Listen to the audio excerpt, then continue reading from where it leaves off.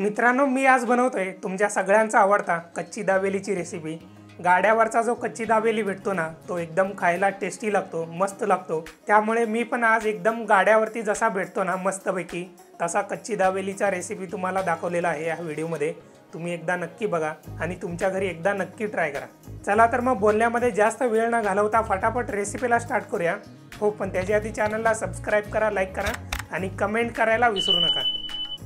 तर मित्रांनो, सगळ्यात आधी मी लालवाली चटणी तयार करून घेणार आहे। त्याच्यासाठी मिक्सरच्या जारमध्ये एक टोमॅटो घेतला आहे मीडियम साईजचा आणि त्याचबरोबर 5 ते 6 बॅडगी मिरच्या घेतलेल्या आहेत। या बॅडगी मिरच्यामधल्या बिया काढून घेतल्या होत्या, म्हणजे त्यामधला थोडासा तिखटपणा कमी होईल आणि अर्ध्या तासासाठी गरम पाण्यामध्ये भिजत ठेवल्या होत्या। आता या बॅडगी मिरच्या चांगल्या प्रकारे पाण्यामध्ये भिजलेले आहेत, एकदम मऊदार असे झालेले आहेत। आता मी यामध्ये लसणाच्या पाकळ्या टाकून घेतोय। या लसणाच्या पाकळ्या थोड्याशा जास्त टाकून घ्या, टेस्ट चांगला येईल। आणि त्याचबरोबर यामध्ये 1 चमचा जिरा टाकून घेतोय आणि आता सगळ्यात शेवटी थोडासा चवीपुरतं मीठ यामध्ये टाकून घ्यायचं, झाकण बंद करून घ्यायचं आणि मिक्सरला लावून एकदम बारीक अशी पेस्ट तयार करून घ्यायची। हे बघा मित्रांनो, अशा प्रकारे एकदम बारीक अशी आपली पेस्ट तयार झालेली आहे। लाल चटणी याला आपण म्हणतो। यामध्ये थोडेसे आपण लसणाच्या पाकळ्या जास्त टाकून घेतल्यामुळे ना याचा टेस्ट एकदम भारी लागतोय, वास पण एकदम भारी येतोय। आता आपण तयार करून घेऊयात चिंचेची चटणी। त्यासाठी मी इथं 2 वाटी चिंच पाण्यामध्ये 1 तासासाठी भिजत ठेवली होती। आता हे चिंच चांगल्या प्रकारे भिजलेले पाण्यामध्ये। आता या चिंचेला मी चांगल्या प्रकारे कुस्करून घेतो, म्हणजे याचा पल्प निघेल चिंचेचा। चिंचेला चांगल्या प्रकारे कुस्करून झालेले आहे। आता याला चाळणीमधून गाळून घेतो, म्हणजे या चिंचेमधला जो कचरा असतो ना तो बाजूला निघेल आणि एकदम छानपैकी आपला जो पल्प असतो चिंचेचा तो पण बाजूला निघेल। हे बघा, अशा प्रकारे चिंचेचा पल्प आपला रेडी झालेला आहे। आता हा चिंचेचा पल्प माझ्या अंदाजे 3-1 वाटी तर नक्की भरेल। आता चिंचेचा जो पल्प आपण काढून घेतला होता ना तो एका कढईमध्ये काढून घेतो आणि याला चांगला आपल्याला शिजवून घ्यायचं आहे। त्याच्यासाठी यामध्ये मी 1 वाटी पाणी पण टाकून घेतो। हा चिंचेचा पल्प जास्तच घट्ट झालेला आहे, त्यामुळे थोडासा पातळ होईल। आता या कढईमधल्या चिंचेच्या रसाला ना चांगली उकळी येईपर्यंत 3 ते 4 मिनिटासाठी शिजवून घ्यायचं आहे। हे बघा मित्रांनो, 3 ते 4 मिनिट झालेले आहेत। चिंचेच्या रसाला चांगलं मी उकळून घेतलेलं आहे। आता चिंचेचा रस थोडासा घट्ट व्हायला चालू झालेला आहे, मगाशीपेक्षा आता थोडासा घट्ट पण झालेला आहे। आता मी यामध्ये 1 वाटी गूळ टाकून घेतोय। त्याचबरोबर यामध्ये 1 चमचा लाल मिरचीची पावडर, 1 चमचा भाजलेल्या जिऱ्याचा पावडर, चवीपुरतं मीठ आणि 1 चमचा चाट मसाला। आता हे सगळे मसाले चिंचेच्या रसामध्ये टाकून ना चांगल्या प्रकारे मिक्स करून घ्यायचे आणि 8 ते 10 मिनिटासाठी चांगल्या प्रकारे शिजवून घ्यायचे। 8 ते 10 मिनिटानंतर ना याला थोडासा थिकनेस यायला चालू होईल, म्हणजे थोडासा घट्ट व्हायला चालू होईल। इथं बघू शकता मित्रांनो, 8 ते 10 मिनिट झालेले आहेत। याला चांगल्या प्रकारे मी शिजवून घेतलेलं आहे। आता तुम्ही बघू शकता चिंचेचं जे चटणी आहे ना ती थोडीशी घट्ट व्हायला चालू झालेली आहे। आता गरम आहे म्हणून तुम्हाला थोडंसं ते पातळ वाटत असेल, पण ही चटणी जेव्हा थंड होईल ना तेव्हा ती एकदम चांगल्या प्रकारे घट्ट होऊन जाईल। आता आपण मित्रांनो दाबेली मसाला तयार करून घेऊयात। त्यासाठी एका पॅनमध्ये 2 चमचे धणे घेतलेले आहेत, अख्खे धणे। त्यानंतर 1 चमचा जिरा, 1 चमचा तीळ, 1 चमचा बडीसोप, 12-15 काळी मिरी घेतलेले आहेत, 1 चक्री फूल, 8-10 लवंग घेतलेले आहेत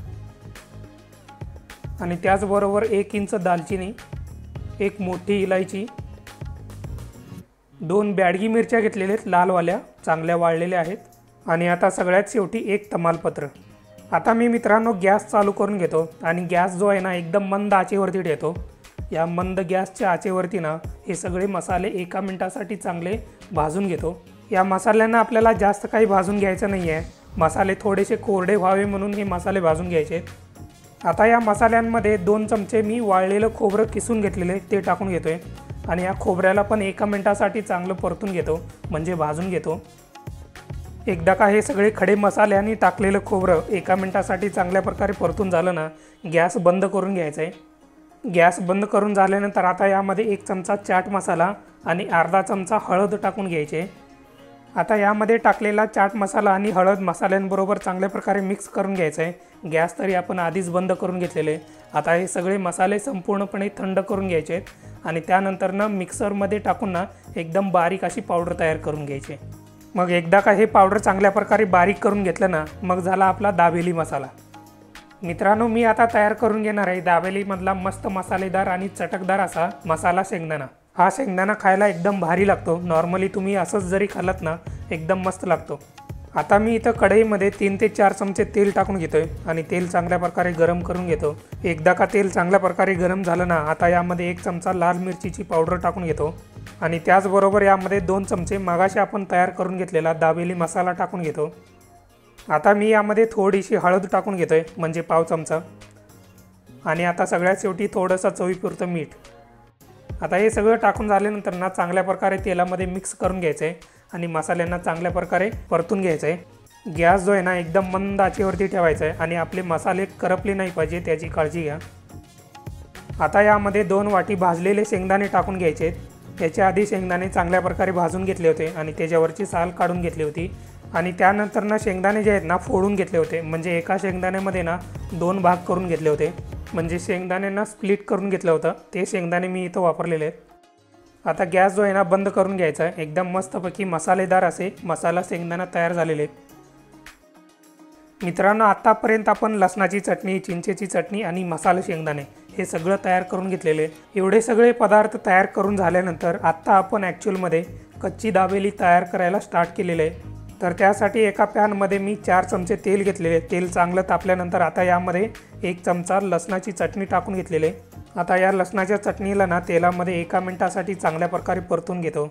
एकदा का लसणाच्या चटणीला तेलामध्ये चांगल्या प्रकारे परतून झालं ना, आता यामध्ये थोडीशी हळद आणि 1 चमचा लाल मिरचीची पावडर टाकून घ्यायची आणि आता अजून एक 30 सेकंदासाठीच फक्त हे सगळे मसाले तेलामध्ये चांगल्या प्रकारे परतून घ्यायचे। जास्त पण परतून घ्यायचं नाही आहे। एकदा का हे सगळे मसाले तेलामध्ये चांगल्या प्रकारे परतून झालं ना, आता यामध्ये 4 मीडियम साईजचे उकडलेले बटाटे टाकून घेतो आणि या उकडलेल्या बटाट्यांना चांगल्या प्रकारे स्मॅश करून घेतो, म्हणजे बारीक करून घेतो। नाहीतर मग मित्रांनो, हे जे उकडलेले बटाटे आहेत ना, आधीच तुम्ही एकदम बारीक करून घेऊ शकता आणि त्यानंतर ना यामध्ये टाकून घेऊ शकता। हे बघा मित्रांनो, अशा प्रकारे उकडलेला जो बटाटा ना एकदम बारीक करून घेतलेले, फोडून घेतलेले चांगल्या प्रकारे। यामध्ये ना थोडा पण अख्खा बटाटा नाही राहिला पाहिजे, एकदम बारीक अशी पेस्ट तयार करून घ्यायची आपल्याला। मी आता यामध्ये थोडंसं पाणी टाकून घेतो आणि चांगल्या प्रकारे मिक्स करून घेतो, कारण हा बटाट्याचा मिक्स आहे ना एकदम घट्ट झालेला आहे। थोडासा पातळ करून घेतो। आता यामध्ये 2 चमचे दाबेली मसाला टाकून घ्यायचा आणि त्याचबरोबर 2 चमचे चिंचेची चटणी तयार करून घ्यायची। टेस्ट एकदम भारी येते, थोडासा आंबट लागतो। आता यामध्ये अर्धा चमचा चाट मसाला टाकून घेतो आणि त्यानंतरनं चवीपुरतं मीठ यामध्ये टाकून घ्यायचं आहे आणि चांगल्या प्रकारे मिक्स करून घ्यायचं आहे याला। आणि त्याचबरोबर मित्रांनो, गॅस जो आहे ना एकदम मंद आचेवरती ठेवायचा आहे, कारण बटाटा जो आहे ना एकदम घट्ट झालेला असतो, खालून लागायची शक्यता असते, करपण्याची शक्यता असते।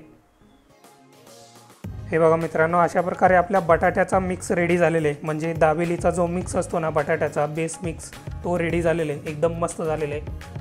आता गॅस बंद करून घ्यायचं आहे आणि हे जे मिक्स आहे ना संपूर्णपणे थंड करून घ्यायचं आहे आणि आता या बटाट्याच्या मिक्सला ना एकदम मस्तपैकी गाड्यावरती जसं सजवलेलं असतं ना, डेकोरेशन केलेलं असतं तसं करून घ्यायचं आहे। त्यामध्ये बारीक कापलेला कांदा, कोथिंबीर, डाळिंबाचे दाणे असे बरेचसे पदार्थ यावरती टाकून घेतले जातात आणि डेकोरेशन करून घेतलं जातं। त्याचप्रमाणे मी करून घेतोय।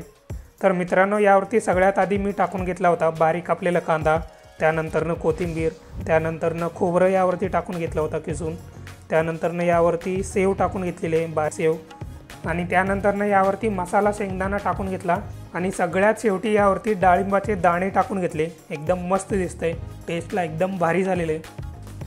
तर मित्रांनो, अशा प्रकारे आपला दाबेलीचा जो मिक्स आहे ना तो रेडी झालेला आहे। आता इथं घेतलेले पावला कट करून घ्यायचा, 2 भाग करून घ्यायचे पावाचे।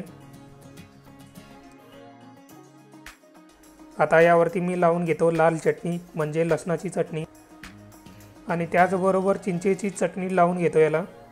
तुमच्या टेस्टनुसार तुम्हाला जसं आवडतं तसं लावून घ्यायचं।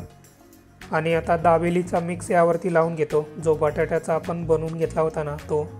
पावाच्या दोन्ही साईडला अशा प्रकारे एकदम चांगल्या प्रकारे लावून घ्यायचा आहे बटाट्याचा मिक्स।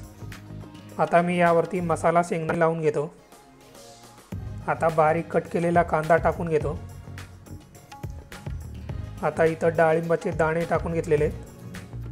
आता सगळ्यात शेवटी यावरती सेव टाकून घेतो, एकदम बारीक अशी सेव आहे। नायलॉन सेव पण म्हणतात याला। आता ही सेव तुम्हाला कोणत्याही स्वीट मार्टमध्ये अगदी सहजपणे भेटून जातं।